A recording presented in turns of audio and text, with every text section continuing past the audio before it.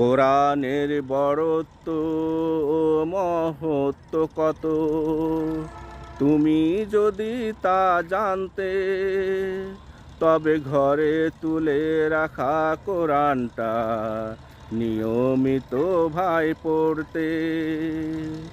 কোরআনের বড়ত্ব ও মহত্ব কত, তুমি যদি জানতে, তবে ঘরে তুলে রাখা কোরআনটা তুমি নিয়মিত ভাই পড়তে।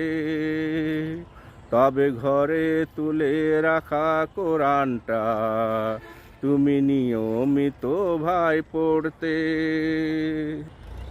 কোরআনের বড়ত্ব ও মহত্বের তুলনা হয় না মেপে, যদি রাখা যেত